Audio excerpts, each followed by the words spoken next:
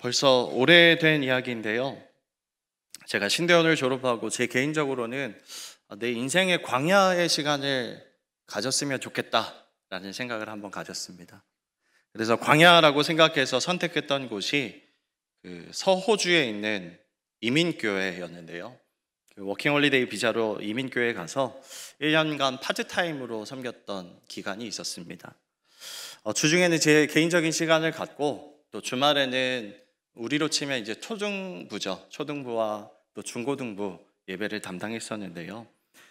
이 서호주는 잘 알려지지 않아서 대부분의 성도들이 이민 1세대들이시더라고요. 이민을 오신 여러 가지 사연들, 각자의 사연들이 있으시겠지만 상당수는 자녀들을 위해서 이민을 택하신 분들이 많았습니다.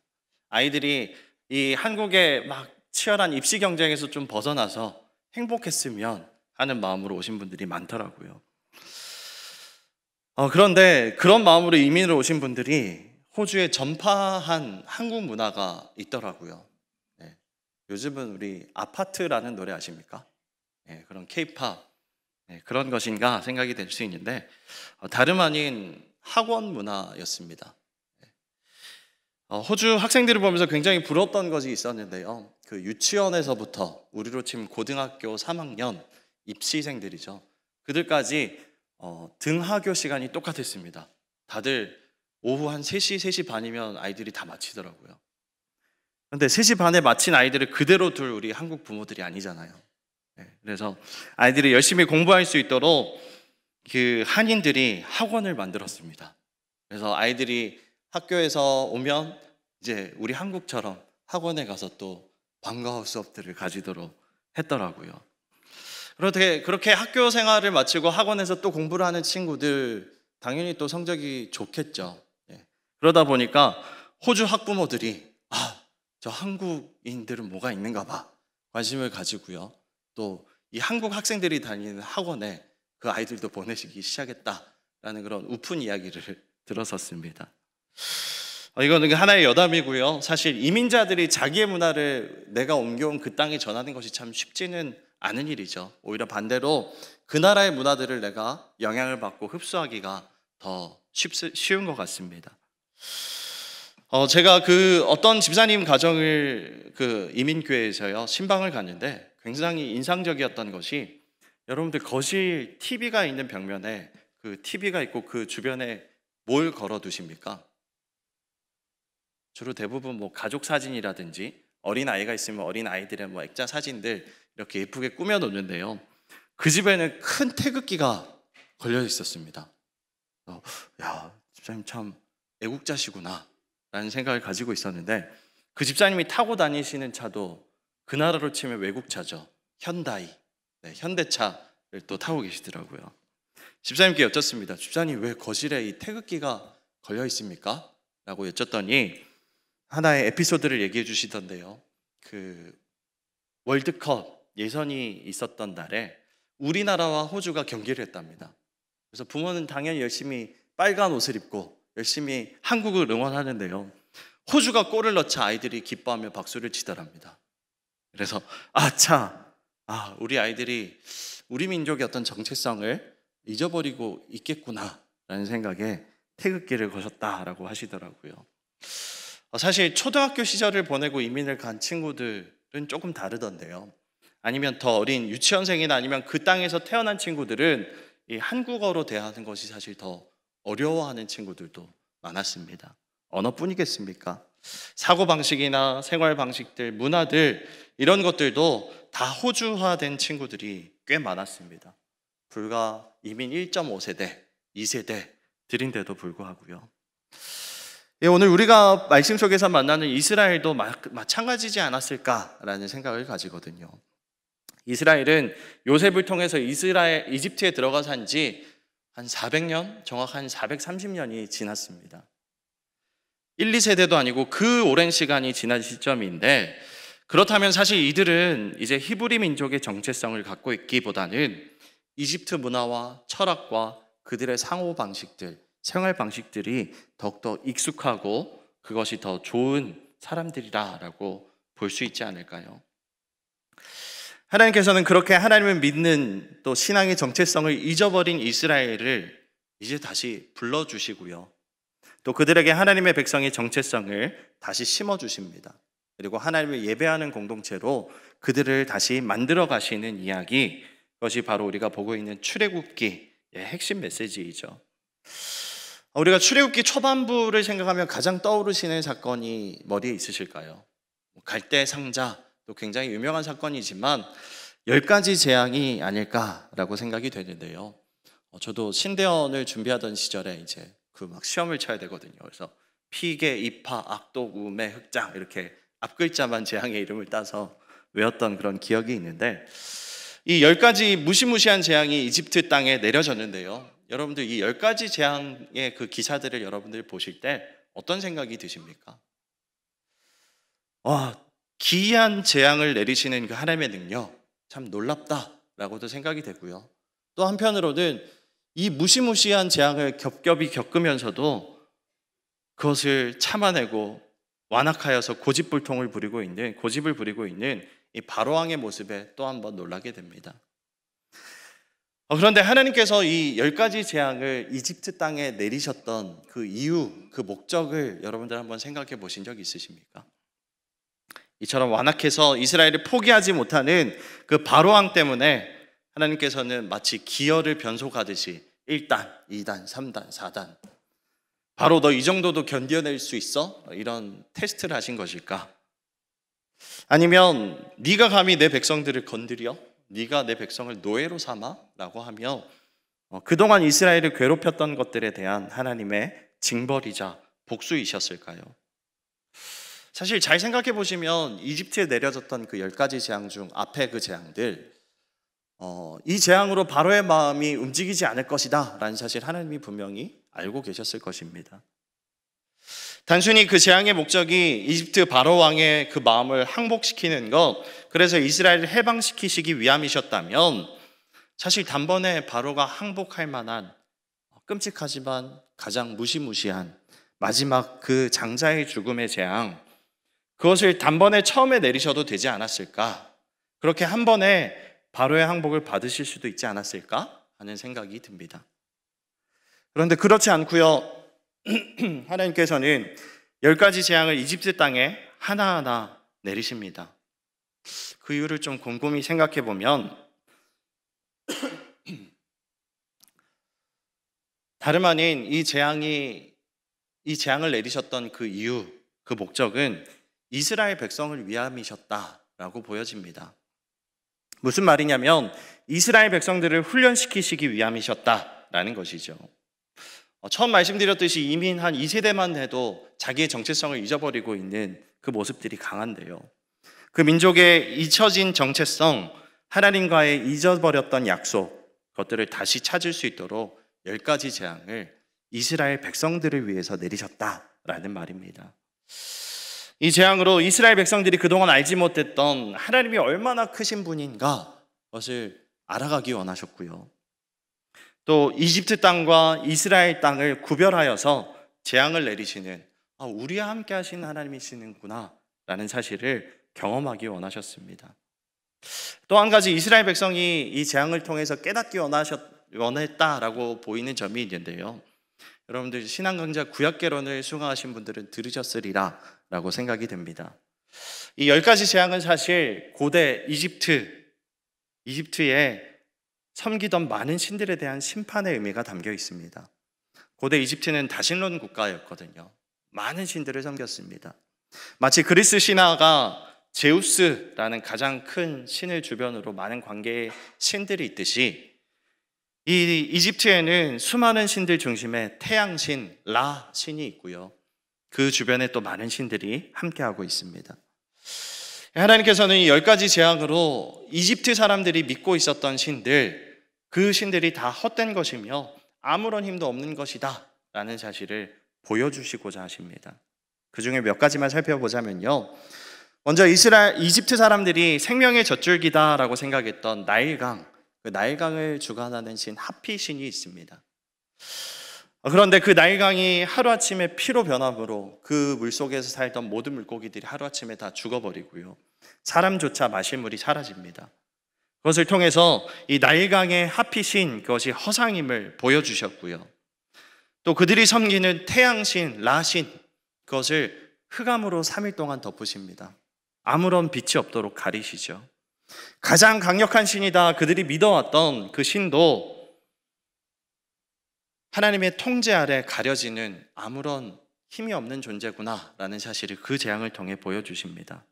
또 죽음을 주관하고 질병과 치유를 담당하다라고 그들이 믿어왔던 세툰 신, 그것이 허상임을 보여주시며 여섯 번째 악성 종기, 그 재앙, 마지막 장자의 죽음까지 그 땅 가운데 내리셨던 것입니다.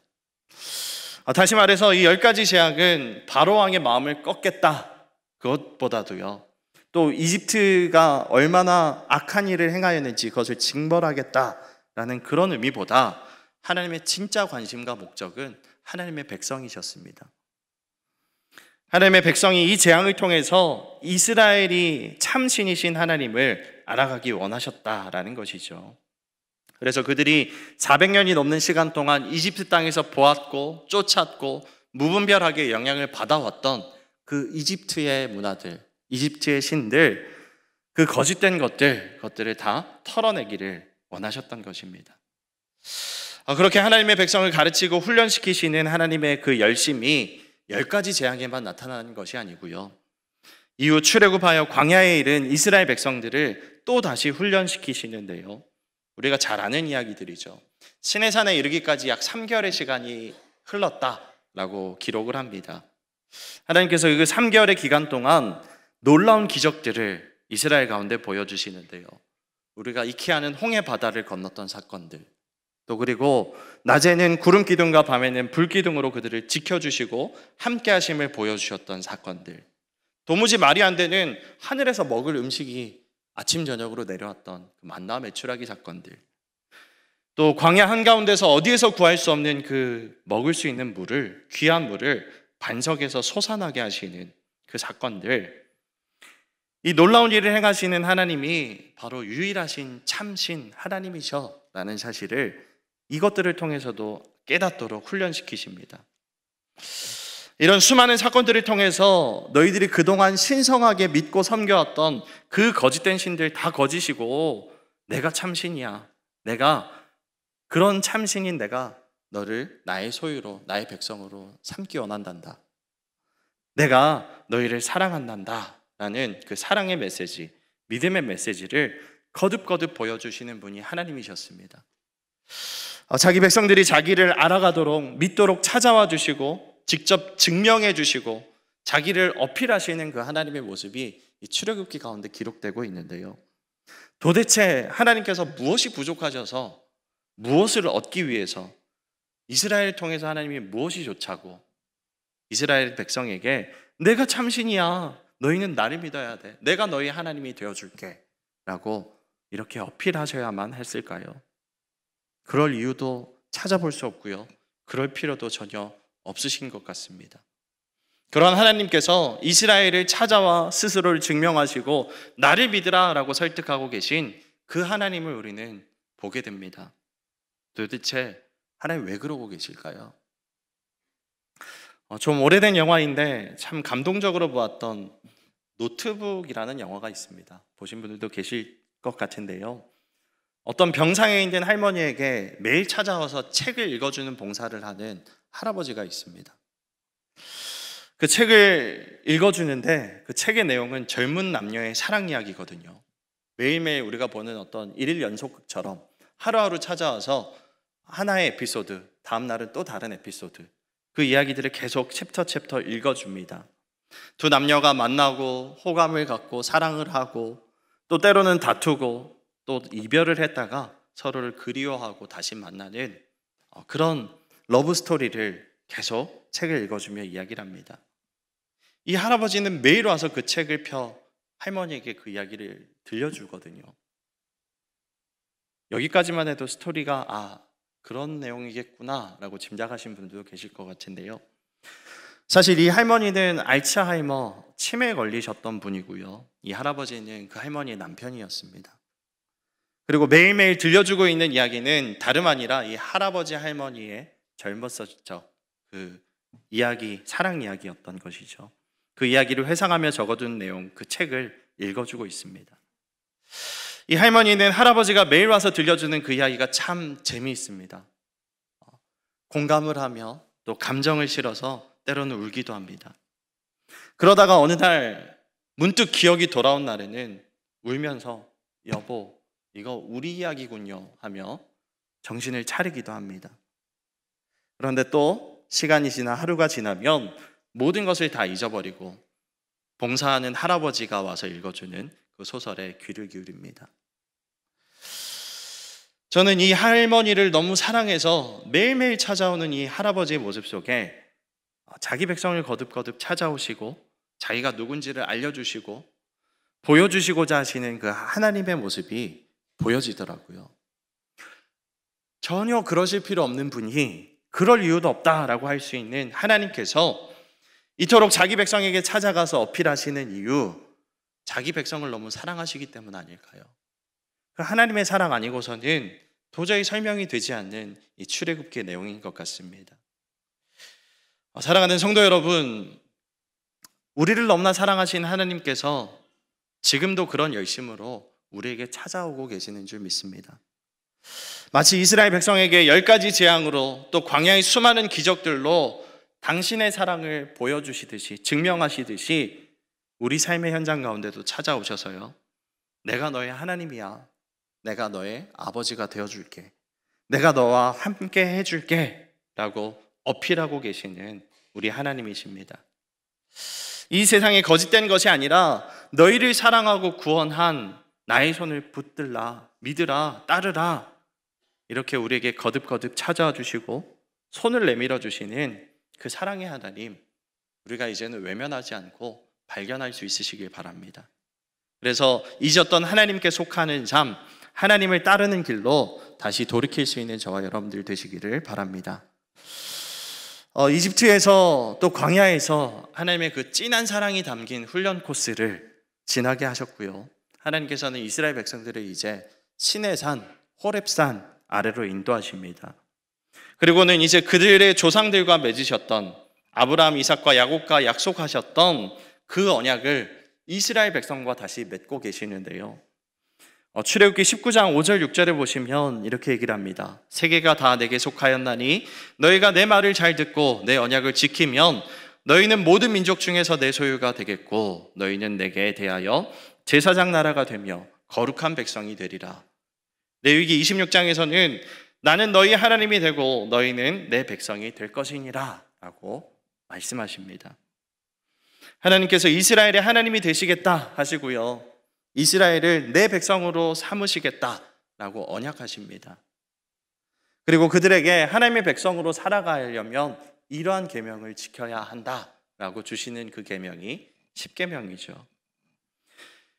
하나님께서 주시는 그 10계명과 더불어 하나님의 율법 앞에서 이스라엘 백성들은 여호와께서 말씀하신 모든 것을 우리가 다 준행하겠습니다, 한마음 한뜻으로 큰 목소리로 응답합니다.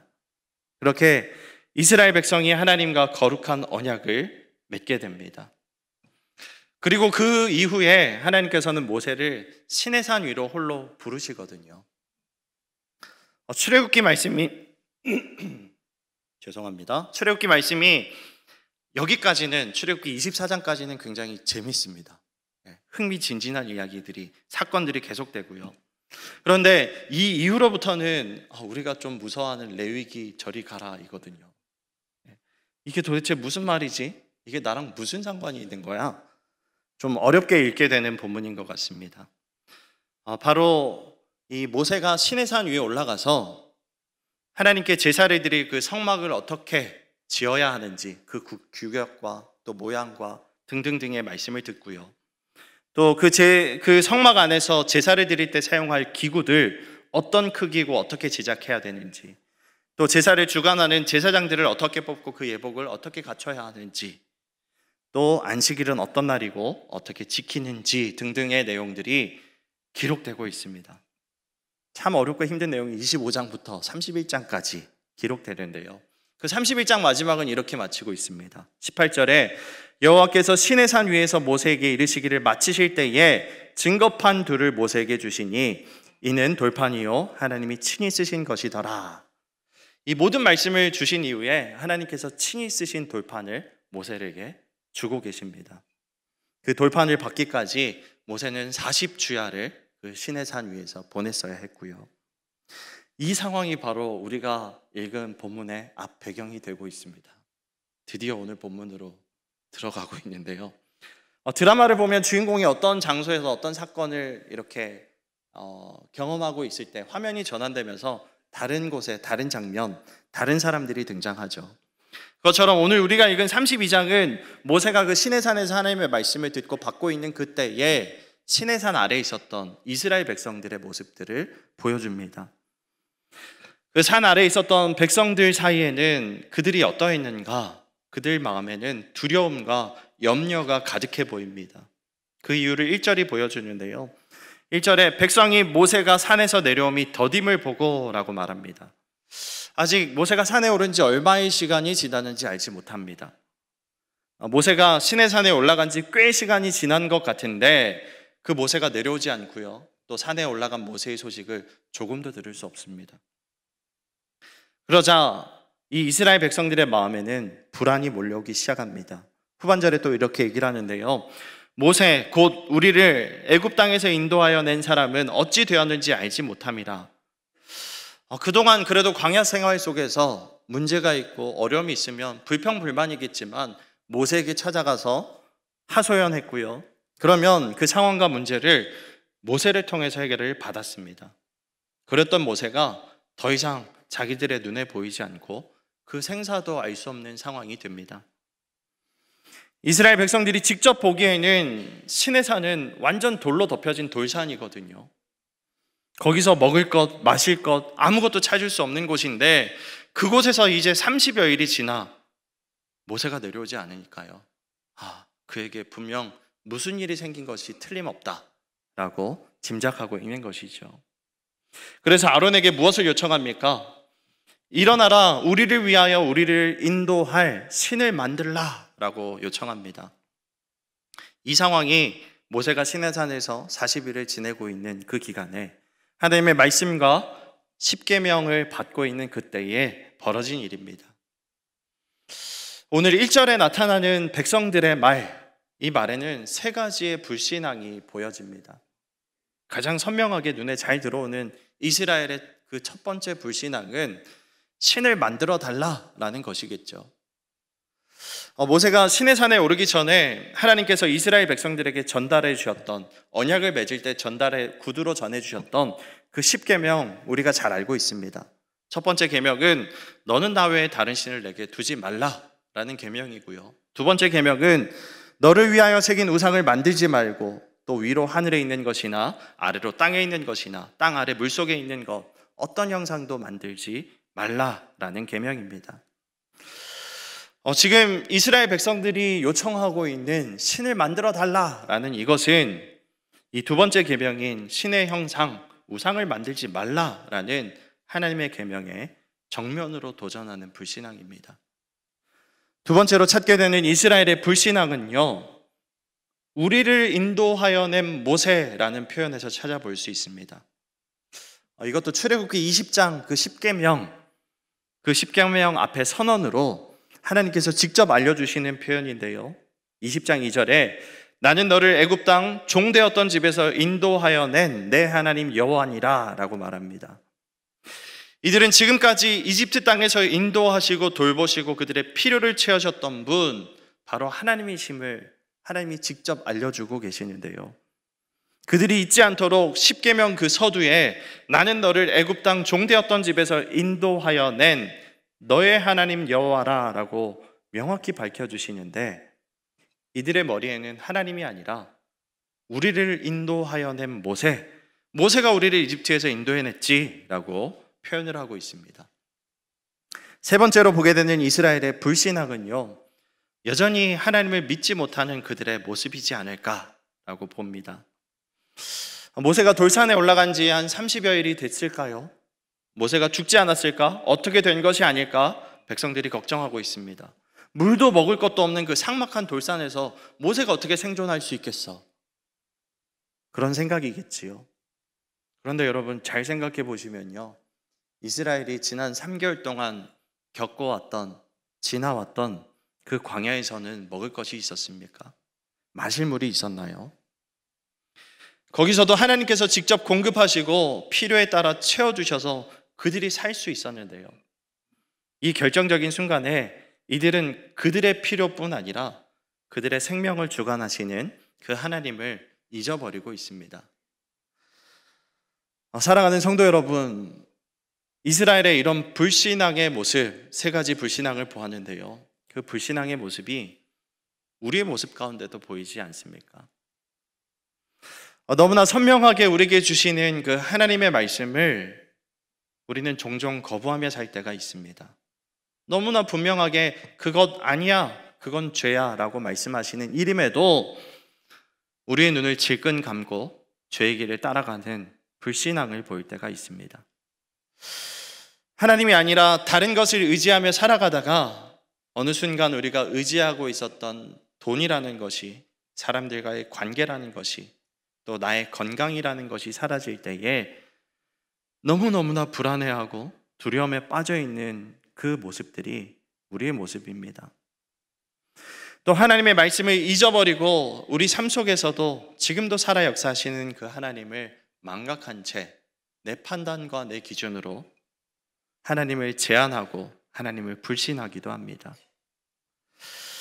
그런 우리의 불신앙의 모습들을 오늘 이 본문에 나오고 있는 어리석은 이스라엘 백성들의 모습 속에서 발견하시고 우리의 똑같은 어리석음 속에서도 다시 돌아설 수 있는 저와 여러분들 되시길 바랍니다. 이런 불신앙으로 이스라엘 백성들은 아론에게 신을 만들어 달라라고 요청했습니다. 그리고 그 요청을 들은 모세의 형 아론은 백성들에게 너희들이 가지고 있는 모든 금부치들을 가지고 오라 라고 말하고요. 그리고 백성들이 가지고 온 그 금으로 금송아지를 만들고 4절에 이렇게 말합니다. 이스라엘아, 이는 너희를 애굽 땅에서 인도하여 낸 너희의 신이로다. 이 금송아지가 이집트에서 너희를 인도해냈고 앞으로도 인도할 우리 신이야 라고 선언하고 있습니다. 여기서 한 가지 더 생각해 볼 것은요, 왜 하필 아론은 그 신상을 송아지로 만들었을까요? 왜 수많은 우상들 속에서도 이 송아지 신상을 만들었을까요? 이것 또한 아직 이스라엘이 이집트의 그 영향력 아래서 벗어나지 못했음을 보여주는 것입니다.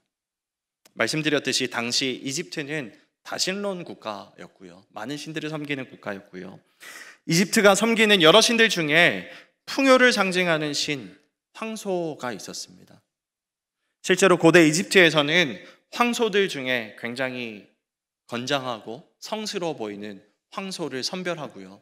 그 황소의 그 양뿔에 동그란 원반, 태양신을 상징하는 그 원반을 끼워 넣습니다. 그리고 그 황소를 우리에게 풍요를 주는 신이다, 아피스 신이다 라고 부르며 숭배했습니다.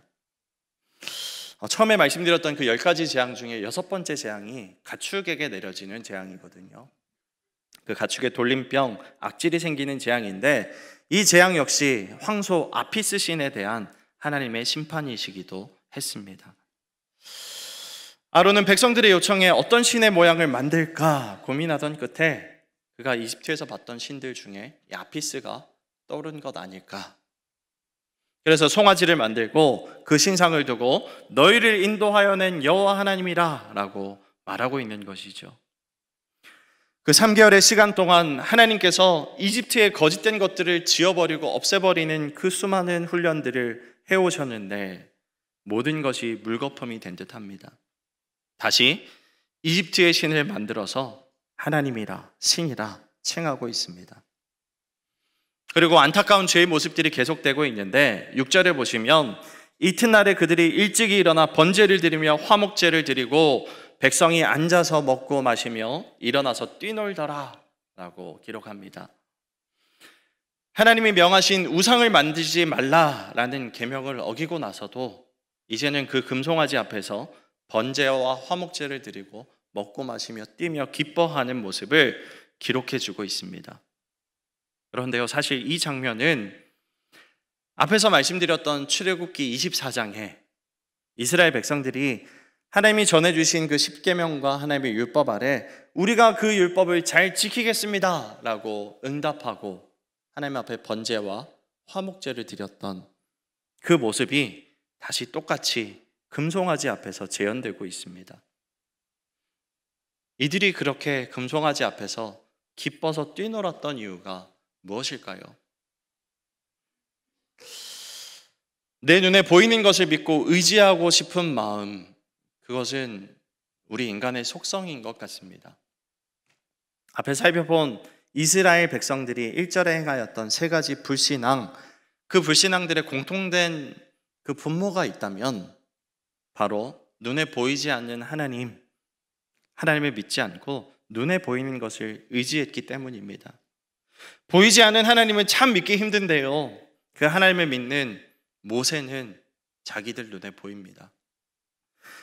그래서 이스라엘 백성들은 그 모세를 믿으며 우리를 인도하여 낸 모세라고 칭했던 것이고요. 그런데 그 모세가 이제는 자기들 눈앞에서 사라지자 눈에 보일 신을 만들어 달라라고 요청했던 겁니다. 아론이 요청대로 금송아지를 만들어주자 눈에 보이는 신상을 보며 그들의 마음이 놓이고요, 두려웠던 마음을 다시 한번 가라앉히고 기뻐서 뛰고 놀고 있는 그 상황을 기록하고 있습니다. 이집트 땅에서 400여 년 동안 몸에 배었던 그 헛된 것들을 깨트려 주셨는데, 그리고 하나님의 백성이 어떻게 살아가야 하는지 알려주셨는데요, 다시 헛된 눈에 보이는 것을 만들어 그것이 무엇인가 자기들에게 해줄 수 있는 것처럼 착각하며 기뻐하며 만족해하는 이스라엘의 모습이 적나라하게 드러나고 있습니다. 사랑하는 성도 여러분, 오늘날 우리의 모습은 이들의 모습들과 다릅니까?